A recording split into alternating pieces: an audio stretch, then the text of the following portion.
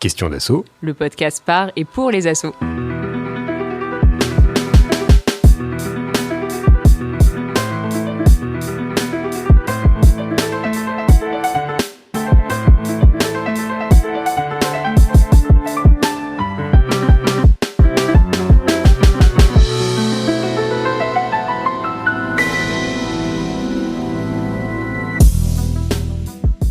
Souvent, nos associations sont portées par des valeurs, parfois inscrites dans nos missions ou dans nos statuts. Démocratie, égalité, respect, lutte contre les discriminations, etc. Elles sont censées être des moteurs de l'engagement des membres, des bénévoles, de l'équipe salariée ou encore du conseil d'administration. Mais, pris par le quotidien, surtout en cette période agitée, nos fonctionnements peuvent s'éloigner de ces valeurs et parfois reproduire des discriminations ou rapports de pouvoir que nous souhaitons combattre. Pour y remédier, un enjeu est de pouvoir explorer les rapports de force au sein de nos associations. Mais où et comment prendre le temps de penser et de se former sur le fonctionnement et la gouvernance de nos associations ?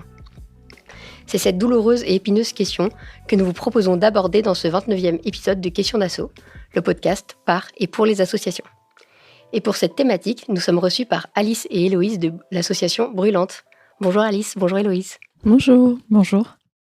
Nous recevons également Nora, formatrice et consultante sur les questions de discrimination et d'oppression systémique. Bonjour Nora. Bonjour. Et nous sommes accompagnés par une dizaine de participants et participantes de la formation « Explorer les rapports de pouvoir dans les organisations associatives ». Bonjour à tous et à toutes. Bonjour. Pour animer ce podcast, que j'ai moi-même le plaisir d'accompagner Yaël. Bonjour Yaël. Salut Domi. Cet épisode de Question d'assaut est réalisé par Guillaume Desjardins de Synchrone TV sur une musique de Sound of Nowhere. Vous pouvez vous abonner à Question d'assaut sur votre plateforme de podcast préférée sur Apple Music, Spotify, Deezer, SoundCloud et Peertube. Vous pouvez également écouter ce podcast directement sur notre site web www.question-asso.com. Nous sommes très heureux d'être avec vous pour ce nouvel épisode de Question d'assaut. Installez-vous confortablement, c'est parti.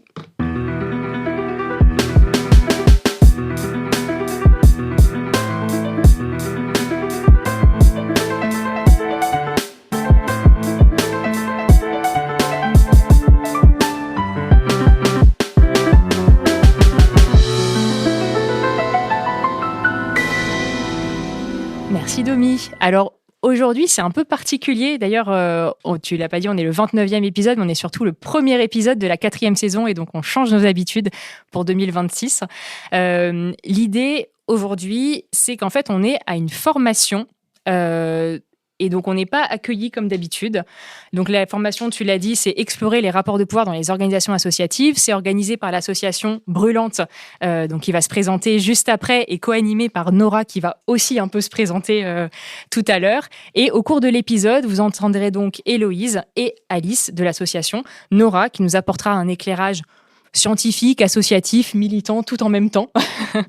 Mais surtout, mais c'est surtout celles, si je regarde un peu autour de la table, qui ont suivi cette formation et qui sortent quand même de 2 jours intenses et qui vont en fait tout simplement un peu témoigner et débriefer collectivement de ce qu'elles ont retenu, de ce qu'elles ont vécu, avec quoi elles repartent, ou avec quoi en tout cas elles vont essayer de repartir et de revenir dans leurs assos.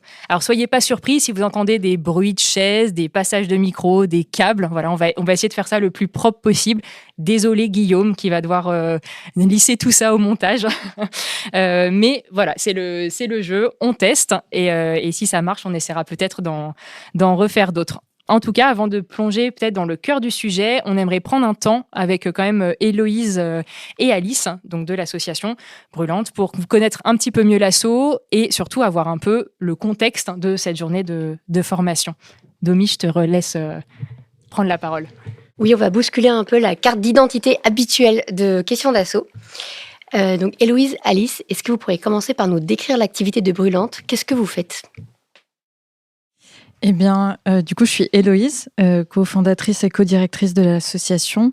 Et Brûlante, c'est une association de loi 1901 qui a pour but de lutter contre les violences sexistes et sexuelles et les violences de genre à travers l'éducation à la vie affective et sexuelle et des sensibilisations à l'égalité des genres.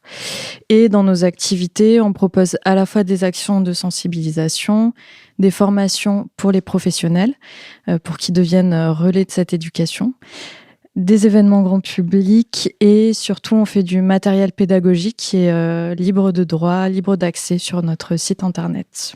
Voilà, en quelques mots, Brûlante. Et donc, en plus de ces activités régulières, là, on est sur un format un peu différent au sein du projet Collab qui est porté par deux associations francophones, donc nous, Brûlante, et Comme un lundi, basé à Bruxelles. Donc, l'objectif du projet, c'est de discuter des systèmes en place dans les structures associatives, notamment en France, les associations de loi 1901. En Belgique, on peut parler des ASBL. Voilà, on voulait discuter des modèles et des systèmes qui sont en place où en fait on se rend compte que même dans des associations à but à impact social, on peut se retrouver face à des situations d'inégalité, d'injustice, que ce soit pour les personnes concernées et bénéficiaires, mais surtout pour les personnes qui travaillent au sein de ces associations. Donc voilà, donc on a discuté avec nos collègues en Belgique, comment est-ce qu'on pourrait proposer des ressources pour partager ça autour de nous. Et donc, une des façons de faire ça, c'était de proposer aujourd'hui cette semaine d'ateliers de concertation autour des rapports de pouvoir et du sexisme dans les structures associatives. Et donc, c'est avec plaisir que nous avons accueillant une dizaine de participants, si je ne me trompe pas, aujourd'hui. Voilà. Merci beaucoup. Vous anticipez en plus nos questions. Donc, on peut peut-être aller sur la troisième qui est, est-ce que vous pouvez nous présenter un peu plus les objectifs et le contenu de la formation ? Puis Nora, tu pourras peut-être te présenter. Et d'ailleurs, j'en profite parce que là, Alice, il me semble que tu n'as pas utilisé le mot formation, tu as utilisé le mot concertation. Donc peut-être aussi, si vous pourrez revenir dessus, ça peut être intéressant. Alors, on a utilisé le mot concertation parce que nous, on pense que on est assez humble au niveau de la gouvernance. On a beaucoup de progrès à faire. C'est justement pour ça qu'on a envie de se lancer sur ce sujet. On a envie de créer du bien-être au travail et on est persuadé que ça passe justement par la gouvernance. Donc, c'est pour ça qu'on voulait proposer ces espaces et concertation parce qu'on a vraiment la chance d'avoir aujourd'hui une dizaine de personnes qui connaissent beaucoup de choses sur le sujet, qui ont une grosse expérience de terrain. Et du coup, l'idée, c'est de pouvoir partager tout ça ensemble et de pouvoir s'échanger des outils, de mutualiser. Et voilà, bon, il y a quand même un aspect formation, il y a quand même eu de la théorie. Il y a aussi Nora qui est venue pendant ces 2 jours co-animer et proposer des outils de facilitation. Voilà, donc on est entre de la formation et des espaces de concertation. Les objectifs de la formation, la première, c'est un peu ce que je viens de dire, c'était de créer une mutualisation, une mise en réseau. Et en fait, on est tellement débordé parfois dans le monde associatif d'offrir un temps où on peut se poser, discuter de ça, échanger, se rendre compte qu'on n'est pas seul dans tous ces enjeux. Et le deuxième objectif, c'était aussi d'explorer un peu les rapports de domination parce qu'ils vont être moins souvent abordés sur la question des rapports de pouvoir ou dans les formations, on va dire, sur la gouvernance partagée. En tout cas, nous, quand on a fait nos recherches, on trouvait qu'il y avait très peu d'espace pour parler des rapports de domination. Il y a beaucoup d'outils de gouvernance partagée qui sont créés, mais quand on commence un peu à creuser, honnêtement, moi, je trouvais que c'était, en tout cas dans les ressources francophones, c'était un peu un angle mort. Du coup, on voulait pouvoir proposer des outils pour affiner un petit peu l'analyse des structures sur ces questions-là. Voilà. En tout cas, même si on ne prétend pas avoir la science infuse sur les sujets, ce qu'on voulait vraiment faire pendant ces 4 jours, c'est non seulement parler des choses négatives qui ont pu arriver dans nos expériences propres, parce que avant Brûlante, on a eu nos propres expériences et aujourd'hui, on aimerait éviter les expériences négatives qu'on a eues, mais aussi parler des choses positives et voilà, comme on disait, partager les dispositifs, les leviers d'action. Voilà, donc c'était, voilà, je crois que je l'avais dit en début de formation, c'est important de se rappeler de nos accomplissements et non pas que les obstacles. Nora, si tu veux ajouter quelque chose, peut-être sur l'intention ou le pourquoi tu as accepté. Et Alice, on dit beaucoup de choses déjà. Moi, j'étais déjà très honorée de l'invitation de Brûlante à co-faciliter une partie de cette formation. Et parce que c'est en effet un sujet qui est de plus en plus, qui nous préoccupe, je pense, de plus en plus au sein du milieu associatif. Qu'en effet, comme le disait Héloïse, il y a assez peu d'espace pour en parler. Moi, je sais qu'en tout cas, en tant que formatrice et consultante sur les questions d'oppression systémique et discrimination, c'est assez récemment que les demandes émergent et que je suis contactée pour intervenir au sein de collectifs et d'associations qui portent des projets de justice sociale pour mieux comprendre les mécanismes discriminatoires et oppressifs et pour apprendre et s'outiller pour ramener en fait cette lecture et cette grille de lecture des rapports de domination structurelle pour que cette grille de lecture nourrisse les modes d'organisation et de gouvernance des associations ou des collectifs pour ne pas reproduire des inégalités sociales qu'on n'aurait pas envie de reproduire au sein d'assauts qui visent généralement à lutter contre des inégalités sociales. Merci beaucoup à toutes les trois. Du coup, ce que je vous propose, c'est qu'on commence un peu le débrief collectif et peut-être avec justement cette première question. Quand même, c'était 4 jours de concertation que vous faites. C'est hyper engageant de prendre 4 jours comme ça dans son organisation. Surtout en ce moment, on sait que le temps est resserré. La période de décembre, on sait que c'est jamais la plus facile aussi. Alors peut-être première question un peu ouverte à toutes les personnes qui est présentes autour de la table, qui sont en fait un peu plus que 10. On dit 10 depuis le début, mais en fait on est plutôt à 12-15.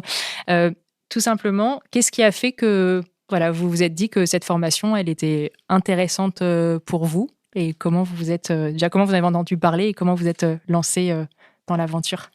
Hasard de calendrier, mais aussi d'opportunités. On le sait dans les associations, malheureusement, c'est un débat qui revient souvent. Mais en fait, nous, on était en pleine réflexion pour faire évoluer l'organisation de notre structure, les perspectives, qu'est-ce qu'on voulait pouvoir en faire. Tout simplement pour pouvoir essayer d'avancer de la manière la plus horizontale, mais aussi la plus efficace possible et sortir de difficultés qu'on avait pu rencontrer. Donc, on s'est dit, à un moment particulier d'échange entre dirigeants, c'est une belle opportunité, tout simplement, pour pouvoir poser les difficultés, être dans un cadre sans jugement et en même temps pouvoir se projeter sur la suite. Et donc, vous êtes un bénévole, un membre d'un CA? Moi, je suis salarié et notamment, l'enjeu, c'est de pouvoir aligner à la fois la question de l'équipe salariée, on est une jeune structure qui se développe, et en même temps les enjeux en lien avec le conseil d'administration, le bureau. On sait qu'en réalité, les associations, c'est souvent des organismes complexes parce qu'on rassemble à la fois des équipes professionnelles, des membres du conseil d'administration, des bénévoles. Notre objet social fait qu'on a une nature particulière et une attente vis-à-vis tout simplement de nos bénéficiaires. Notre objet, c'est de pouvoir être le plus efficace à leur destination, mais c'est aussi de s'assurer qu'ils puissent faire partie des décisions. Et donc tout ça, en réalité, complexifie tout ce qui est de l'organisation, mais en même temps, c'est ce qui permet de faire fleurir les organisations. Donc, c'est aussi quelque chose auquel on est particulièrement attaché. Donc, pourquoi je suis venue? Alors, c'est une copaine qui nous a parlé de cette formation. Et le sujet, la répartition des pouvoirs, c'est quelque chose qui traverse la société, mais aussi nos organisations. Donc, tout de suite, j'ai dit oui. Après, j'ai vu 4 jours, j'ai dit waouh. Mais ça mérite, parce que là, au bout de 2 jours, déjà, il y a énormément de matière. Et puis, le groupe, ça matche bien, c'est très bienveillant. Donc, je suis pressée d'aller jusqu'au bout et de voir les enseignements qu'on peut en tirer. Mais je trouve qu'on a quand même beaucoup de ressources en nous, malgré ce qu'on traverse. Moi, je suis venue parce qu'il y a une vraie droitisation, voire extrême droitisation de nos sociétés et du gouvernement français, notamment en ce moment. Et je crois que ça devient un enjeu presque de survie, en fait, démocratique et égalitaire, pour les assos, de monter en compétences et il n'y a plus le temps, en fait. Il faut être efficace et avoir de l'impact. Et on se rend vraiment compte que cette action sociale, l'État s'en chargera pas. Et du coup, c'est forcément aux assos de prendre le relais. Enfin, en tout cas, moi, je considère qu'il y a un pouvoir qui se situe dans ces endroits-là. Et voilà, et du coup, on va se sauver nous-mêmes et lutter contre les oppressions nous-mêmes et contre les inégalités qu'elles engendrent, quoi. Moi, je suis venue parce que je suis dans plusieurs associations et j'ai occupé des fonctions à responsabilité salariée ou bénévole, avec des enjeux de pouvoir qui me semblaient différents, mais pas forcément avec une évidence pour mettre des mots dessus. Et donc, je voulais voir un peu comment ça se passait ailleurs. Et je trouve ultra intéressant d'échanger et de se rendre compte qu'il y a à la fois des thématiques communes, à la fois des choses qui sont très différentes et qui m'avaient pas forcément percuté avant d'échanger avec les autres. Et de réfléchir aussi à qu'est-ce qu'on peut faire, qu'est-ce qu'on peut s'apporter, voir des super bonnes idées qui n'attendent qu'être mises en œuvre ou d'autres qui ont déjà été mises en œuvre. Et je pense que j'avais aussi envie de passer un moment agréable finalement avec des personnes qui ont un peu tout le même objectif dans un l'impression que tout est un peu agressif et violent à l'extérieur et que ces temps d'échange c'est super agréable d'avoir des gens qui, même si parfois il peut y avoir de la souffrance individuelle, collective, il peut y avoir de la colère. En fait, déjà, c'est super OK. On a le droit d'être en colère, de pas être content et de vouloir changer les choses. Et comme c'était dit tout à l'heure, il y a de la bienveillance, il y a de l'écoute, il y a du soutien. Et c'est aussi ultra agréable de pas avoir l'impression de devoir justifier sa présence, de devoir se battre, de devoir... et faire quelque chose pour et juste s'exprimer en fait et dire ce qu'on a envie de dire et de se sentir comprise en quelques instants par des personnes qui vivent des situations peut-être pas forcément identiques mais avec une envie d'aller de l'avant et de sentir aussi de la motivation et de l'entrain, même derrière parfois la fatigue militante qu'on peut ressentir. Ça change pas l'envie d'avancer et de faire des choses. Moi, je suis salariée dans des structures associatives et je suis venue parce que j'ai été plutôt dans des structures où le mot horizontalité a pu être posé, mais il y avait un vrai décalage entre l'idée et l'horizon prometteur d'une horizontalité, d'une gouvernance partagée, de management participatif et la réalité à la fois des vécus où des postes couteau suisse sous pression avec des demandes de subventions et un mode projet qui fait que le quotidien est rude mais porteur de sens. Et donc, il y avait une vraie question sur comment on prend soin des collectifs.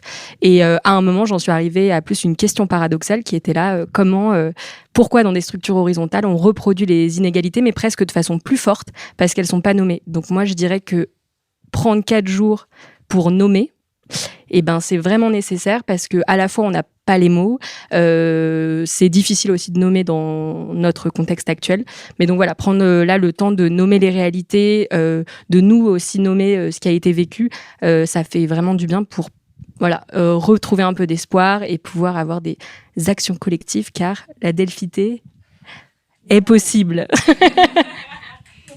Merci beaucoup. Et justement, plusieurs d'entre vous, vous avez commencé aussi à dire en fait que vous avez découvert des choses et déjà appris des choses, c'est-à-dire que vous êtes venu avec, bien sûr, avec des idées, des attentes, même voire des besoins dans ce que vous exprimez. Alors du coup, qu'est-ce que vous retenez peut-être de cette formation ou qu'est-ce que vous avez envie de partager? On rappelle qu'on est à mi-formation. On est à mi-formation, exactement. Hier, on a eu une discussion sur la représentativité des personnes concernées au sein des organes décisionnaires et ou de pouvoir, on va dire. Effectivement, moi j'étais vraiment dans une réflexion assez il faut plus de personnes qui représentent au sein des CA par exemple les personnes accueillies, les usagers, enfin qu'importe comment les personnes sont nommées dans les différentes structures et on m'a renvoyé effectivement que ça pouvait être aussi considéré comme stigmatisant, problématique, renvoyer les personnes à des formes de violence aussi, enfin des choses que moi j'avais pas intégrées et qui m'ont donné beaucoup de matière à réflexion aussi dans un positionnement que j'ai eu, même en tant que personne peut-être de pouvoir à un moment donné dans une structure associative, dans ma manière de faire, dans ma manière de proposer aussi à des personnes de rejoindre, d'intégrer, de réfléchir, de discuter. Voilà, donc ça c'est ce qui m'avait le plus marqué hier. Donc j'ai remercié la personne en l'occurrence qui m'a permis cette prise de conscience. Mais il n'y a pas que ça. ça. Je pense que parfois dans nos problématiques, on oublie aussi les souffrances d'autres personnes dans leurs propres problématiques.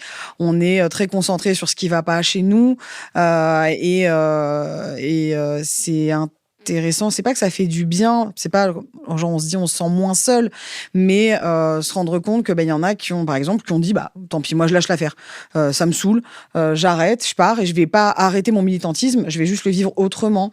C'est aussi rappeler qu'en fait même en tant que bénévole, même en tant que salarié, on a le droit de dire ça me convient plus, c'est pas bon pour moi et ça veut pas dire que j'arrêterai mon combat, mais je vais le vivre autrement. Voilà, donc c'est des choses, en tout cas me concernant, c'est vraiment ce genre de prise de conscience, de regard vécu différemment sur des situations parfois qui pourtant font écho à des situations que moi j'ai vécues et voir des personnes l'avoir vécu autrement, l'avoir réagi autrement me questionne aussi sur moi, sur ce que je ferais différemment à l'avenir ou voilà. Je me dis justement, parce que là on est rentré tout de suite un peu dans le vif du sujet en parlant de reproduction de rapports de mission, mais peut-être Nora, est-ce que tu peux nous faire un petit dézoom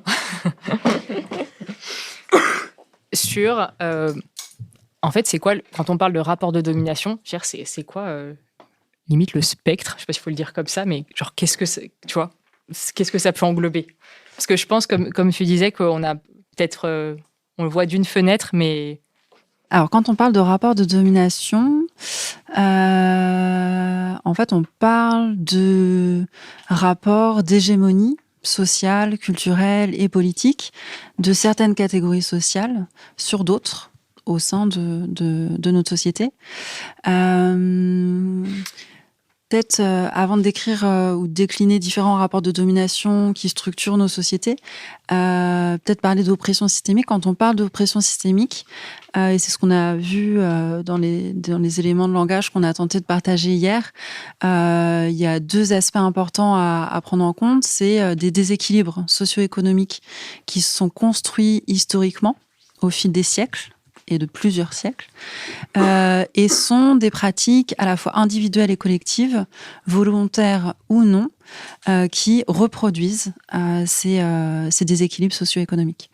Et quand on parle de rapport de domination et donc de ces phénomènes d'hégémonie de certaines catégories sociales sur d'autres, et de catégories sociales en tant que catégorie de population sur d'autres, en fait on parle de hiérarchie sociale.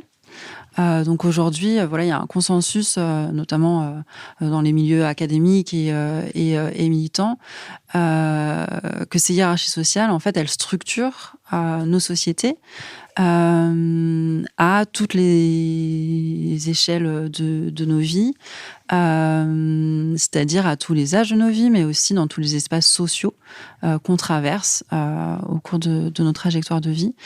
Et ces rapports de domination, ils se construisent généralement autour de trois postulats, trois idées. C'est que un rapport de domination, il est construit sur la croyance qu'il y a des différences signifiantes, c'est-à-dire auxquelles on accorde une signification qui différencie les êtres humains, que ce soit sur des critères de classe sociale, sur des critères de genre, sur des critères d'âge, sur des critères liés au handicap, visibles et ou invisibles, sur des critères de religion, sur des critères de race. Alors là, je parle bien de race dans son acception en termes en tant que construit social et historique, et pas de réalité biologique.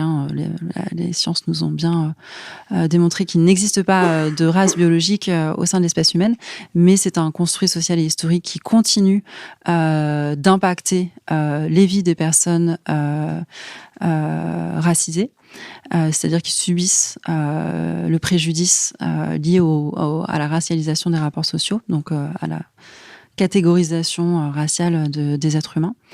Et donc l'idée, voilà, c'est qu'il existerait des différences signifiantes entre les êtres humains, que ces différences, elles justifieraient une hiérarchisation des êtres humains, avec des êtres humains considérés comme supérieurs, des êtres humains considérés comme inférieurs.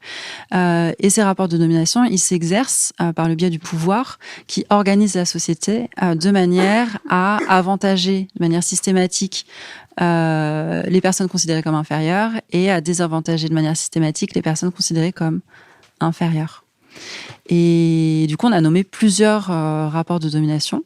Je ne sais pas s'il y a des personnes qui ont envie d'en nommer certains ou de revenir sur certains qui leur semblent particulièrement importants à visibiliser dans les associations dans lesquelles ils évoluent et s'investissent. Il y en a un sur la question du... On n'en a pas trop parlé, mais moi, ça m'a fait pas mal écho par rapport... notamment, il y a des associations qui travaillent sur la question de la santé mentale et la question du validisme. Du coup, la discrimination des personnes... que vivent les personnes en situation de handicap et aussi à quel point, quand on est salarié, RQTH dans une association, à quel point, déjà, en fait, quand on est salarié... normal, on galère à respecter son temps de travail, à respecter sa santé. Mais en plus, quand on a des maladies, qu'elles soient mentales, physiques, etc., comment on fait pour pouvoir vraiment offrir des bonnes conditions de travail dans l'associatif? Est-ce que c'est possible? À quelle limite on se confronte? Enfin voilà, moi, c'est une question qui me nourrit un petit peu depuis qu'on a commencé la formation. Voilà, je ne sais pas s'il y a d'autres personnes qui veulent nommer d'autres rapports de domination. Alors oui, il y en a plusieurs. Il me semble que le droit français catégorise plus d'une vingtaine de critères de discrimination dans ce pays. Et d'ailleurs, il y en a bien d'autres qui risquent d'apparaître, vu que c'est justement tout le travail des associations qui est la société civile aussi de redéfinir aussi et de proposer d'autres critères selon leur expertise. Mais en tout cas, celle qu'on a quand même assez évoquée ici, et je suis personnellement très heureuse, c'est les questions liées au racisme, qui sont pour le coup des sujets, et comme par ailleurs les questions de sexisme, d'égalité femmes-hommes et de lutte contre les violences sexistes et sexuelles sont des sujets qui nous traversent et qui traversent tous les espaces et qui sont comme on aime à dire aujourd'hui intersectionnelles, c'est-à-dire qu'elles sont partout et transversales à tous nos sujets. Donc ça, c'est vraiment hyper intéressant de réfléchir aussi ces questions dans nos associations. Comment déjà nous en interne on essaye de ne pas reproduire des discriminations racistes ou tout simplement du racisme dans nos organisations, et surtout aussi à l'égard des personnes que l'on accompagne. Du coup, ça fait aussi écho au classisme, aussi beaucoup, ce côté de... donc, classisme, c'est l'effet de classe et de ce rapport aussi de domination qui, malheureusement, des fois, se fait de manière naturelle et qui se remet pas en question. Voilà, je suis l'accompagnant et c'est l'accompagnante. Donc, voilà, il y a quelque chose de l'ordre, je suis la sachante et toi, tu ne l'es pas. Et justement, ce que j'ai apprécié avec cette formation aussi, dans cette réflexion, j'accompagne et tu es...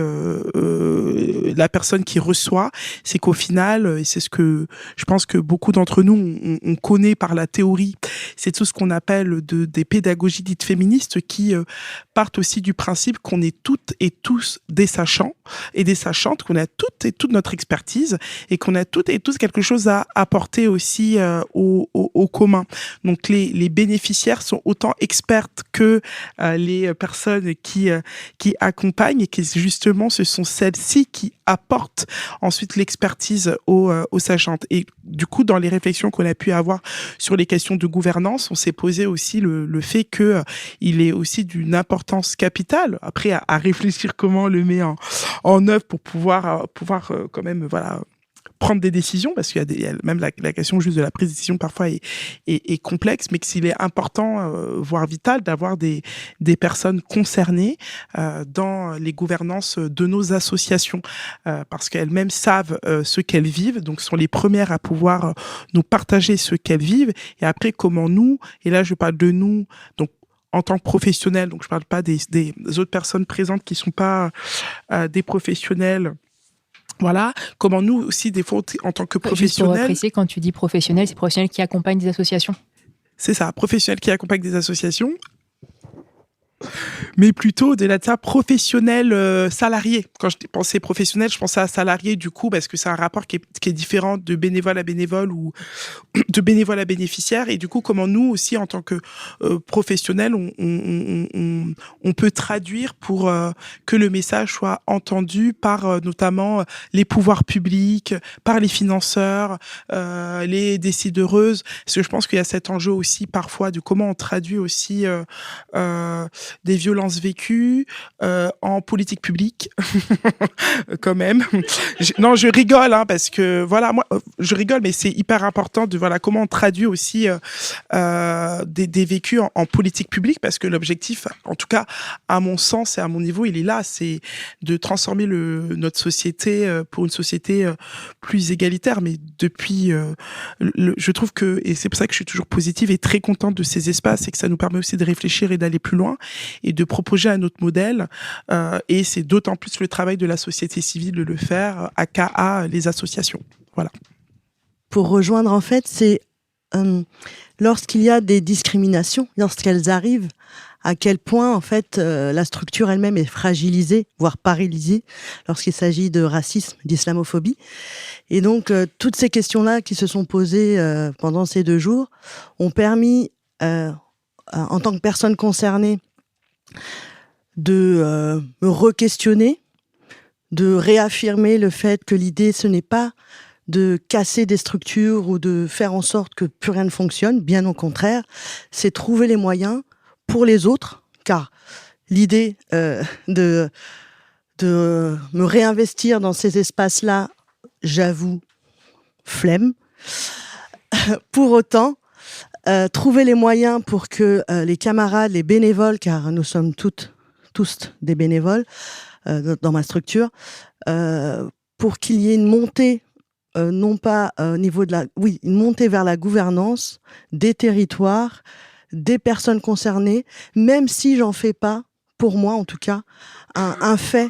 J'ai pas besoin d'une personne noire à la gouvernance forcément. Voilà, on parlait de politique tout à l'heure, tu as évoqué la politique. Moi, si je prends un exemple, Rachida Dati à la gouvernance, ça ne m'intéresse pas. Vous voyez ? Pourtant, c'est une personne racisée. Pour autant, bien entendu, le moyen d'avoir des personnes racisées, parce que tout le monde est à la recherche de personnes racisées en ce moment, je ne sais pas ce qui y arrive. C'est fou vraiment. La représentation des femmes et des personnes racisées est devenue un critère de je sais pas, d'être à la page. Eh ben, ce qu'on se disait tout à l'heure, c'est que pour moi, la question, c'est comment on s'allie avec d'autres assos, d'autres collectifs, comment on travaille avec ces autres collectifs qui sont en mixité non choisie, ou même qui travaillent sur ces questions-là, et ainsi intégrer naturellement, les personnes viendront naturellement. Mais pitié, n'allez pas chercher les personnes racisées. Parce que non, c'est trop violent en fait pour nous pour l'instant, dans certaines structures. Voilà. Oui, et ce qu'on se disait aussi, ce que tu disais, c'est ne pas forcément aller les chercher, mais par contre créer les conditions pour que tout le monde ait envie de participer. Et enfin, je reviens sur les discriminations de genre. On a beau pouvoir avoir accès à des espaces de décision et de gouvernance, si en fait on nous coupe la parole à chaque fois qu'on la prend, si en fait on nous donne jamais la parole, si on est face à des discussions qui sont super élitistes avec des langages qui sont particuliers, etc. S'il n'y a pas une certaine accessibilité et une égale considération de chaque personne qui est dans ces instances-là, en fait, il y a une sélection qui se fait naturellement vers les personnes qui, de fait, sont dominantes et qui ont des compétences de domination. Du coup. Et c'est un peu pour rebondir, mais je trouve qu'un bon exemple, c'est comment on part d'une bonne intention. Par exemple, je veux plus de diversité, ce mot un peu magique, dans les personnes salariées ou pour des stagiaires. Mais en fait, comment on s'outille pour pouvoir accueillir dans des bonnes conditions, pour pouvoir vraiment permettre une montée en compétences, pour se questionner sur ses propres biais. Et en fait, le but n'est pas de condamner ou d'être dans une vision moraliste de c'est bien, c'est pas bien, il faut plus d'eux. C'est en fait comment on s'accorde sur le fait de d'avoir les bons outils. Et du coup, ça veut dire avoir du temps, se former, parfois avoir les moyens financiers et parfois aussi s'accorder sur le fait que là, tout de suite, c'est pas possible. C'est peut-être mieux que de mettre des personnes qui vont être minorisées en risque.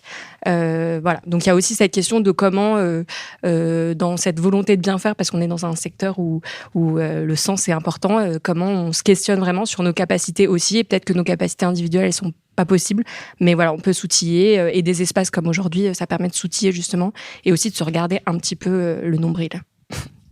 Je suis désolée, je reviens sur des termes que j'entends depuis tout à l'heure, c'est le mot égalité. J'ai beaucoup de mal avec ce mot-là en fait, parce qu'en fait, il ne s'agit pas d'égalité, mais plutôt d'équité, parce qu'il y a des personnes qui ont plus de besoins que d'autres. Donc, je suis désolée de jouer sur les mots, mais pour moi, c'est devenu tellement important. C'est pour ça que je disais hier, puisqu'on parle de notre formation, j'ai des mots qui sont trigger pour moi. Bienveillance, safe, et d'autres mots comme ça. Diversité, pour moi, ça n'existe pas. Oh mon Dieu. Voilà. Voilà. Oups, aïe, je sais pas. Voilà. Je pense qu'aussi hier, on a parlé du fait d'essentialiser une personne à une partie de son identité. Je vais raconter une anecdote personnelle qui était sur la question du genre. Alors là, je découvre qu'il y a des associations qui n'arrivent même pas à avoir des femmes. Quand même, je trouve ça assez incroyable. Et donc, on m'avait contacté pour venir faciliter dans une association. Et j'avais quand même pas mal d'expériences déjà avec des envies, des méthodes, etc. Et en fait, au téléphone, le monsieur m'a dit, voilà, nous, on veut des femmes dans notre équipe parce qu'on n'en a pas. Et du coup, je me suis sentie tellement réduite je me suis dit, en fait, il s'en fout de mon expertise, ce que je sais, juste, il veut une femme. Et je pense que c'était pas l'intention qu'il avait, et peut-être qu'il reconnaissait mon expertise, mais en tout cas, je me suis sentie vraiment juste renvoyée au fait d'être femme, quoi. Et du coup, j'ai jamais rappelé cette personne. J'ai jamais intégré le collectif. Parce que juste ça, juste le fait de savoir qu'il y avait que des hommes dans une asso, je crois que, je sais plus les chiffres exacts, mais je pense dans l'associatif, c'est 70% c'est des femmes. Les chiffres pour les bénévoles aussi, je me suis dit, mais comment ils ont fait? De là, pour moi, c'est presque une volonté, quoi, qu'il n'y ait pas de femmes. Bon, voilà. Du coup, on a aussi abordé cette question d'essentialiser les personnes sur des critères identitaires. Pour rebondir avec ce que tu dis, je trouve que ça peut être les dérives parfois de la parité, en fait, de cette volonté, et notamment sur les questions d'égalité femmes-hommes. C'est vraiment inscrit, il y a une forme de discrimination positive qui est instaurée par la loi, et je trouve pour le mieux, même si du coup il a beaucoup de limites après derrière, on se retrouve dans des situations où en fait on sent qu'on est le quota. Moi, je trouve ça extrêmement violent. Mais en fait, je pense que voilà, des échanges qu'on a eu depuis hier, ce qui me vient là, c'est au-delà de chercher d'avoir de la parité parce que c'est une obligation et qu'il y a des besoins d'avoir tant de femmes ou tant de personnes racialisées. C'est du coup comment on réfléchit. Et je pense que ça, en plus, peut-être que je me répète d'une chose qui a déjà été évoquée en parlant là tout de suite. Comment on crée les conditions pour attirer aussi c'est ce type, ce public où c'est les femmes ou les personnes racisées, c'est comment on crée les conditions pour. Puis tout à l'heure, on l'avait évoqué sur le fait que des réflexions de partenariat se font également. Comment on fait pour aller plus vers, parce que finalement, quand les conditions sont amenées pour aussi répondre aux besoins des femmes et d'autres minorités, en fait, elles viennent. Donc, il n'y a plus besoin de se dire merde, il y a pas de femmes dans notre association, merde, il n'y a pas de personnes racialisées dans notre association. Elles sont là de fait parce que les conditions sont pour, ou du moins, au-delà des conditions, le projet associatif a été aussi pensé à comment on fait pour faire venir une diversité de public. Je pense à des associations qui vont, par exemple, travailler sur les questions de, je sais pas moi, de précarité, qui sont pour le coup intersectionnelles à plein de milieux sociaux, que ça soit les questions de ruralité ou les questions de, je pense également de quartiers populaires. Du coup, comment on réfléchit pour faire venir, avoir en tout cas un public bénéficiaire qui viennent de ces deux milieux. Et là, je caricature, et il y en a plein d'autres, hein, de ces deux milieux. Comment on fait? En fait, il y a une réflexion d'aller vers d'autres acteurs locaux. Moi, je trouve que ça fait beaucoup écho avec ce qu'on s'est dit, en fait, finalement, aussi la force des associations, normalement, c'est d'essayer de réfléchir son projet aussi associatif pour pas marcher sur les plates-bandes d'une autre structure, mais pour venir compléter ou créer des espaces en plus.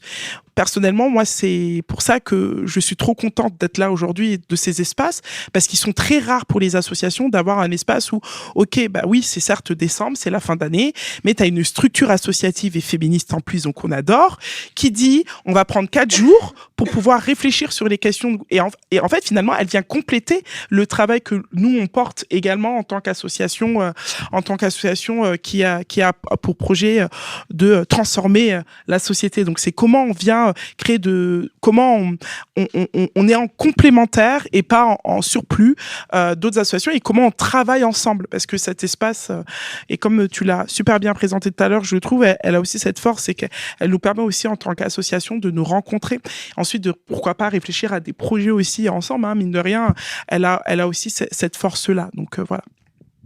Je pense qu'il faut aussi dire qu'on est les propres experts de nos vies, et que y a personne, aucun spécialiste qui peut remplacer ça, et les personnes concernées sont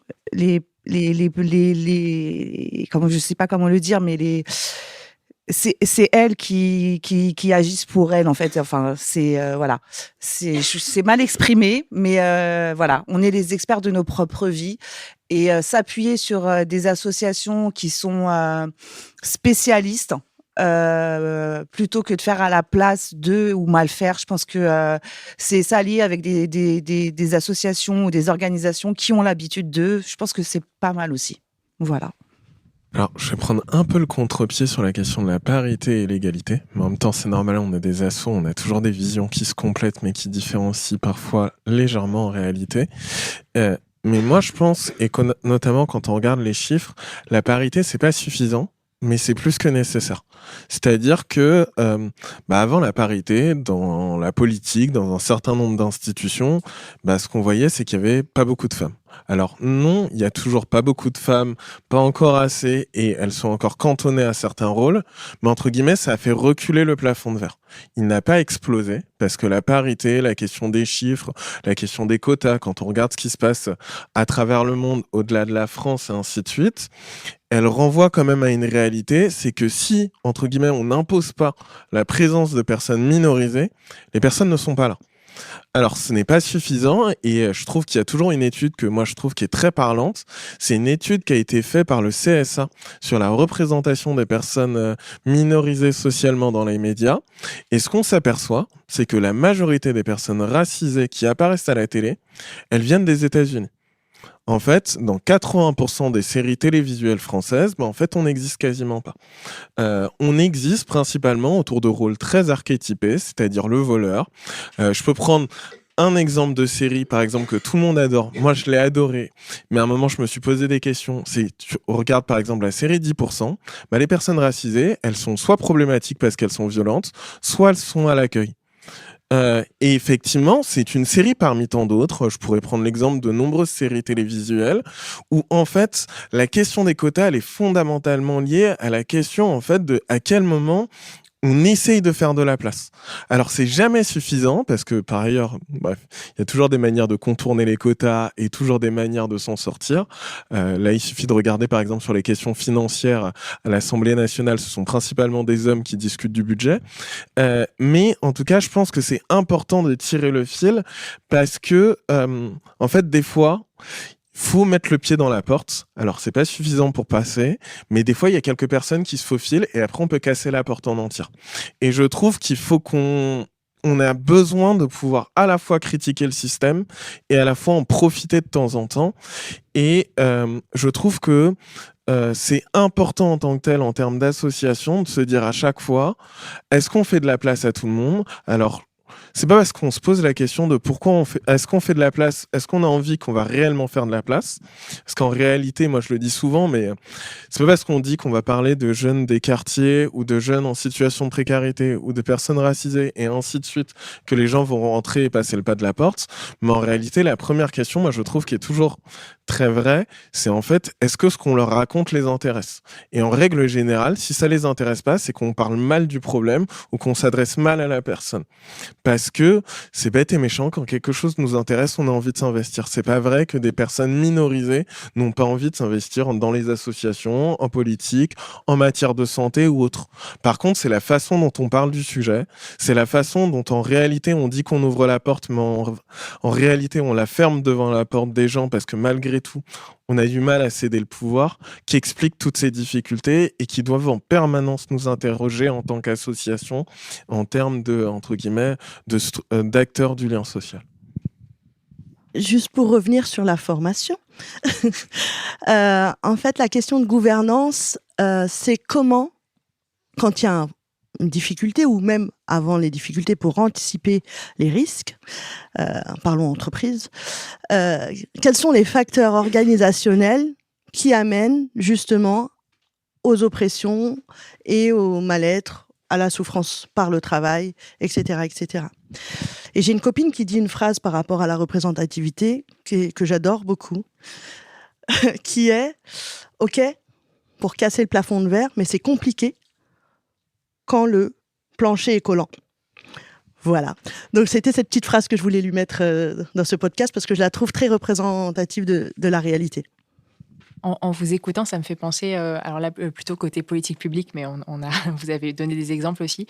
C'est typiquement quand on dit qu'il faut aller toucher les publics invisibles. Et ce terme d'invisible, je pense que c'est exactement là tout ce que vous avez dit. En fait, ces publics ne sont pas invisibles, c'est juste que bizarrement, il n'y a pas la bonne focale pour les voir et voir, comme tu parlais là de plancher collant. Enfin, parfois, t'as tout fait pour qu'ils soient... En plus, souvent, ils sont bien visibles. Il y a bien les caméras qui sont... Enfin là, moi, j'ai une image en tête. Du coup, je vous la partage, qui est sur un quartier qui a été complètement réhabilité dans le nord de Paris, où on a même fait une maison de la conversation, parce que c'est sûr qu'après avoir tout sécurisé, où avant, on pouvait rentrer chez soi tranquille, et maintenant, je crois qu'il faut jusqu'à 6 ou 7 badges pour rentrer chez soi.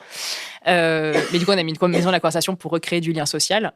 Mais juste à côté... il y a un espèce de marché aux puces un peu informel. Alors là, pour le coup, il y a toutes les caméras de surveillance qui sont dessus. Et pourtant, c'est là où on fait peut-être plus de recyclerie que dans la maison de la conversation juste à côté. Mais les publics invisibles, ils sont sous les caméras. Enfin bref, ça reprend un peu, je pense, un peu ce qu'on est en train de se dire. Et du coup, peut-être là, en plus, vous avez, je pense, bien posé les problèmes. Et d'ailleurs, merci beaucoup pour ce partage qui est hyper intense. Et justement, là, tu posais la question de, du coup, dans la gouvernance et du coup, dans ton asso, comment on fait. Alors, du coup, je ne sais pas où vous en êtes dans votre stade de votre formation. Est-ce que vous avez déjà eu des petites billes ou peut-être juste là, à ce stade-là, déjà, vous êtes venu seul ou avec d'autres gens de vos assos ici? Et du coup, comment vous pensez peut-être revenir vers les gens de vos assos avec... par rapport à cette formation et du coup, comment peut-être intégrer tout ce que vous avez commencé à apprendre et pointer dans vos organisations? Alors, je ne vais pas être le bon exemple parce que j'ai quitté l'espace décisionnaire pour justement me concentrer sur un espace plus local, parce que c'est un espace dans lequel on peut discuter, où on peut essayer de construire et justement d'impulser avec les autres comités locaux, c'est comme ça que ça s'appelle, avec les autres comités locaux, une gouvernance partagée et surtout une remontée des problématiques des territoires qu'on oublie souvent au niveau national. Parler tout à l'heure de ruralité, de quartier populaire, mais ça peut pas se voir au niveau national. Si je prenais l'exemple d'un gouvernement, on demande à un ministre le prix du ticket de métro, il sait pas. Donc c'est pareil en fait. Et si on a une stratégie commune, et ça, ok, qu'elle soit discutée de manière, bien entendu, horizontale. J'aime plus du tout ce mot-là non plus. Horizontale. Vous allez peut-être ressortir avec un lexique à la fin de ces 4 jours. Oui, vraiment, en plus. Comment on met en œuvre dans les territoires. Et dans ces cas-là, comment les personnes qui se trouvent dans ces territoires ont accès aux espaces de décision. Et c'est ça qui est important, je pense. Et c'est moi l'impulsion que je veux tenter de donner avec mes camarades. Et ça se joue de toute manière, de manière collective. Ça ne peut pas se jouer individuellement parce que c'est trop de souffrance, épuisant. Et puis parfois, on a eu des témoignages où ça sert à rien, en fait, de s'épuiser pour rien. Donc, et à un moment donné, si on se sent pas à l'aise, si vraiment ça va pas, je pense qu'on peut aussi se dire, on va ailleurs, on fait autre chose, laissons la place à l'entre-soi s'il le faut, mais laissons la place.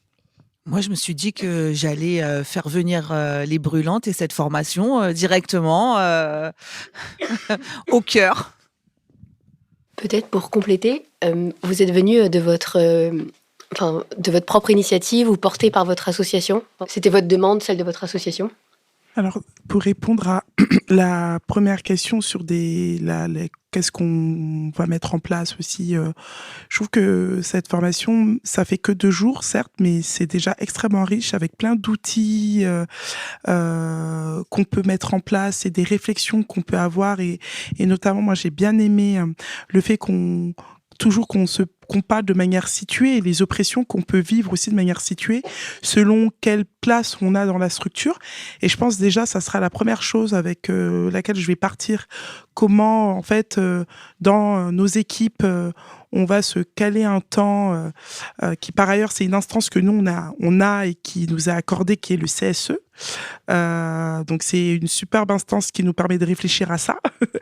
Et du coup, peut-être que ça sera l'espace privilégié pour réfléchir aussi, voilà, quelles sont les oppressions que je subis, moi, dans cette structure selon où je me situe, en tant que personne sexisée, en tant que personne racialisée, selon mon âge, selon ma position hiérarchique dans l'organisation. Moi, je trouve que déjà, ça c'est super riche et ça nous permet ensuite de penser à des leviers d'action.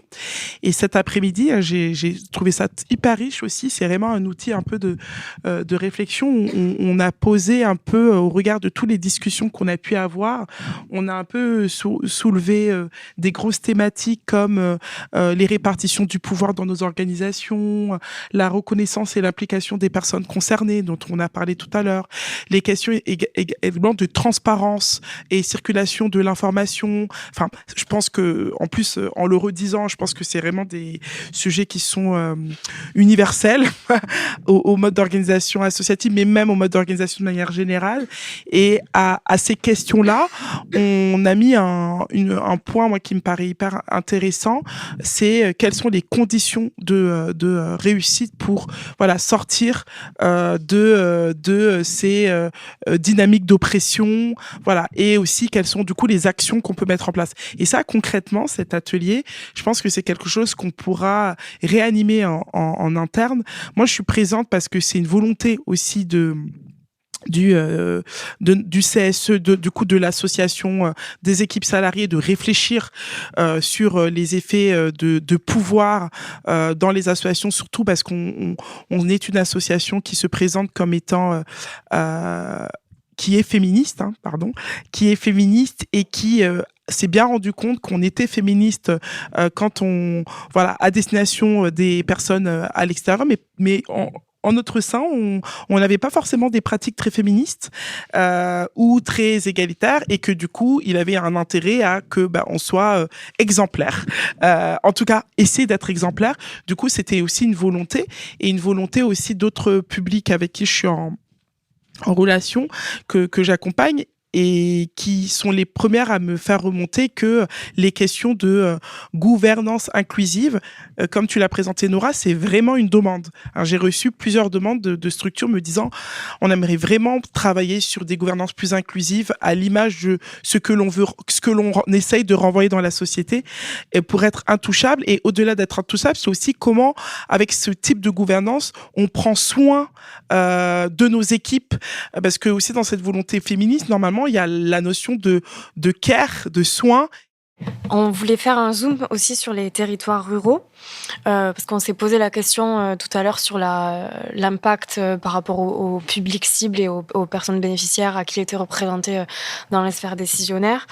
Et en fait, du coup, cultiver la question du partenariat avec des associations qui sont expertes et qui, du coup, représentent les personnes bénéficiaires, c'est pas toujours possible, ou en tout cas c'est pas toujours facile, parce que parfois en fait la ressource sur le territoire, soit elle est restreinte parce que il n'y a pas 12 000 assos sur un territoire qui peut s'avérer vaste, comme ça peut être le cas en capitale, et ou alors c'est des assos qui vont avoir un demi équivalent temps plein et qui s'appuient aussi beaucoup sur des bénévoles. Et donc ça pose cette question de ressources, cette question de moyens, de combien de moyens disposent du coup ces petites assos qui ont des territoires d'action qui sont super vastes. Enfin, souvent, on se retrouve avec un demi-équivalent temps plein pour avoir une action sur tout le département et du coup couvrir des milliers de bénéficiaires en fait. Et ça pose aussi la question de quand on se repose sur des bénévoles, de la professionnalisation de l'action et de la compétence du coup qu'on met en place et du cadre qui évite les risques et qui soit sécurisant, et de comment en fait on met en place une action en fonction d'un impact qui a été défini sur un projet associatif. Comment est-ce qu'on fait en sorte que le projet il soit vraiment à destination du territoire et des besoins du territoire, et pas parce qu'il y a eu certaines personnes qui se sont mis en association 30 ans auparavant et qui ont envie de garder le pouvoir sur cette association et qui ne remettent pas forcément à jour ni les statuts de l'association ni le projet associatif. Donc ça, c'est une question. Et on se posait aussi la question de... En fait, comme c'est aussi un peu toujours les mêmes personnes qui sont dans le travail associatif. Oui, en fait, sur le territoire de la Creuse, moi, je peux témoigner sur le fait que, alors, on est un petit territoire, mais il y a quand même beaucoup de personnes et on a peu de moyens, donc il y a quand même peu de structures. Et dans ces peu de structures, on a quand même globalement toujours les mêmes bénévoles. Je donne un exemple. On est quelques salariés reconnus du territoire même, quoi, et on reste 3 à 4 ans dans des structures, on change et à chaque fois, ça devient une blague maintenant de dire « Ah, t'es passé dans quelle structure ?» Voilà. Et du coup, nous, les salariés, on est principalement des meufs, quoi. Et dans nos CA, c'est surtout des hommes, quand même. Et du coup, il y a cette question de, ils ont plusieurs casquettes et c'est les mêmes personnes puisqu'on est peu nombreux. Et donc, les dynamiques de pouvoir se renforcent et se perpétuent. Et aussi, il y a la question on dit souvent, on entend de Paris, quoi, du haut, enfin, en tout cas du national, il faut aller sur les territoires ruraux, la ruralité a de vrais enjeux, donc c'est super. Mais en fait, on n'attend pas forcément qu'on vienne vers nous parce qu'on fait le taf, même si on est peu et qu'on a 1000 casquettes. Il y avait ça, puis il y avait aussi il y a souvent ce discours de dire oui, mais si on est concerné, on s'investit en ruralité, sur la précarité, ça s'avère pas forcément vrai. Par exemple, en Creuse, on a vraiment des difficultés sur la question de la mobilité. Et par exemple, dans un collectif queer, on organise la marche des fiertés, donc c'est extraordinaire pour un territoire comme la Creuse, mais il y a beaucoup de personnes qui peuvent pas participer ni être bénévoles parce que passer le pas d'un lieu ou être visible en tant que personne queer, c'est s'outer et c'est prendre des risques toujours et encore, quoi. Du coup, c'est toutes ces questions-là, peut-être qu'il est important d'amener sur ce genre de sujet. Oui, et du coup, sur la question de s'outer, en fait, ça repose la question de qui protège, en fait, et encore une fois, finalement, les associations et la société civile prennent font en fait cette action de protection que ne fait pas l'État. Et du coup, il y a encore, en fait, on se rend compte aussi que les pouvoirs publics, quand ils viennent, ou en tout cas sur des demandes de financement régional, par exemple, ou sur des grosses actions régionales, souvent, on retrouve des pouvoirs publics qui viennent et qui se retrouvent à faire de l'ingérence plutôt que répondre aux besoins des territoires. Et donc, la grosse question, c'est comment est-ce qu'on fait remonter ces besoins-là du territoire. Et très souvent, depuis les territoires ruraux, on a l'impression d'avoir quelque chose de descendant de la capitale ou de la ville vers nos territoires. Et c'est comment, en fait, on peut faire arriver nos voix jusqu'à la grande ville, quoi. J'en profite parce que là, ce que tu viens de me dire, ça me fait penser, j'ai travaillé là sur un trajet en Ardèche, sur un projet en Ardèche, et donc je vois exactement de quoi vous voulez parler. Et ce que j'ai aussi remarqué, c'est que souvent les projets là, de financement dont tu parles, en fait, ils sont très bien pensés de manière systémique. C'est-à-dire, même parfois, c'est par palier. Et donc, c'est-à-dire qu'il faut que tu aies un schéma départemental de je sais pas quoi pour avoir accès au numéro 2 du palier qui va être, je sais pas moi, acheter un matériel quelconque, qui va être ensuite la condition nécessaire pour avoir le numéro 3. Et en fait, le numéro du poste, parce qu'en fait, c'est de ça dont on parle, c'est qui finance les postes, c'est le numéro 5 de ton palier. Et le problème, c'est quand tu es sur des petits territoires, donc moi là j'ai travaillé sur un petit village de à peu près moins de 400 habitants, bien évidemment le soutien politique il n'est pas méga là, même s'il est là, en fait tu n'as pas forcément les moyens pour le faire. En plus tu as les élections municipales, donc autant te dire que là il n'y a plus de soutien du tout. Et du coup ça devient des situations un peu compliqué. Ça me fait penser aussi que là, je vais parler de la Creuse. Je vais balancer sur le territoire parce que mais c'est pas un secret quoi. Ça a eu un article dans Le Monde. Il y a eu une liste rouge de fait par les institutions sur les associations pour demander aux financeurs en fait de ne plus financer ces associations parce qu'elles sont des associations rurales militantes qui défendent les droits humains. Bon. Ça, c'est de mon côté. De leur côté, c'est des woke extrémistes, quoi. Et du coup, il y a ce sujet... Et terroristes, bien sûr. Il y a ce sujet sur le fait que, en fait, on est méga concernés. On est peu nombreux, on est fatigués, mais on est ultra concernés. Et on fait du plaidoyer, on fait des manifs, on milite, quoi, pour dire que, oui, en fait, arrêtez de vous venir nous dire comment faut faire, mais donnez-nous les moyens. Parce qu'en fait, le taf, on le fait. Et ça me faisait penser aussi au contrat républicain, qui est dans la même mood, quoi, dans le même mood, et avec le fameux sujet de la laïcité. Et du coup, il y a ce truc de paradoxal et d'incohérence qui nous mettent souvent quand même dans des situations très complexes parce qu'on défend par ailleurs à nos endroits, parce que peut-être qu'on a ce privilège-là d'être dans ces associations contrairement à d'autres, on défend quand même des personnes précaires et qui ont des besoins fondamentaux, parfois de survie, comme le disait la collègue tout à l'heure. Et du coup, on est toujours en train de vouloir négocier, mais comment et avec quel compromis ? Et après tout, la ruralité peut rester rurale, c'est pas du tout... parce que parfois, on entend ça aussi des grandes villes, quoi, de dire mais la ruralité, c'est un problème, il faut que ce soit moins rural. Non. La ruralité, ça va. Mais il nous faut juste des moyens, quoi.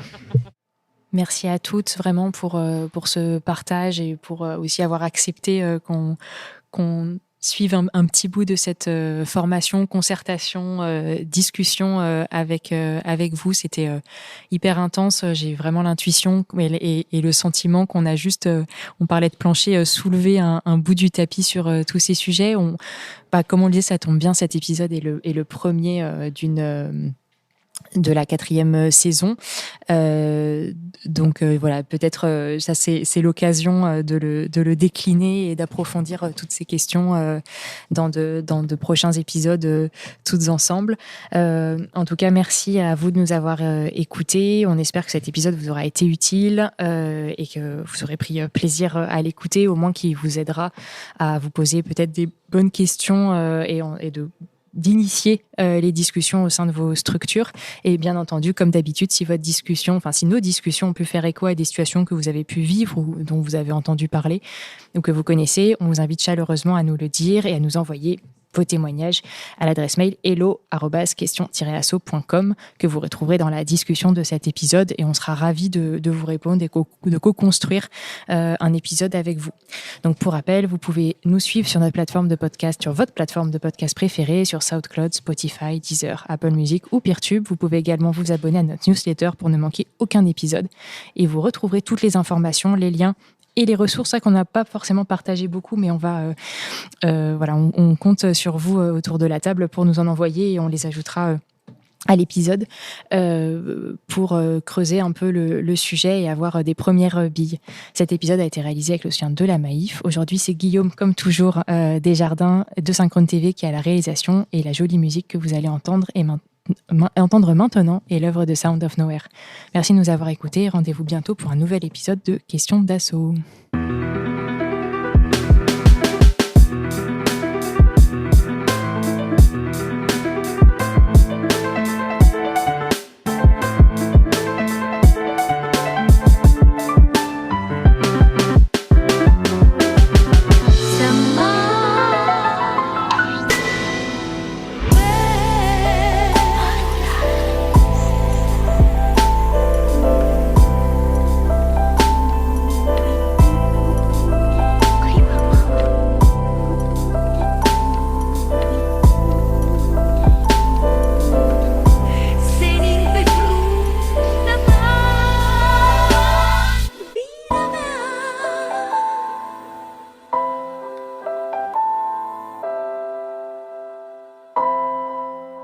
Question d'assaut. Le podcast par et pour les assos.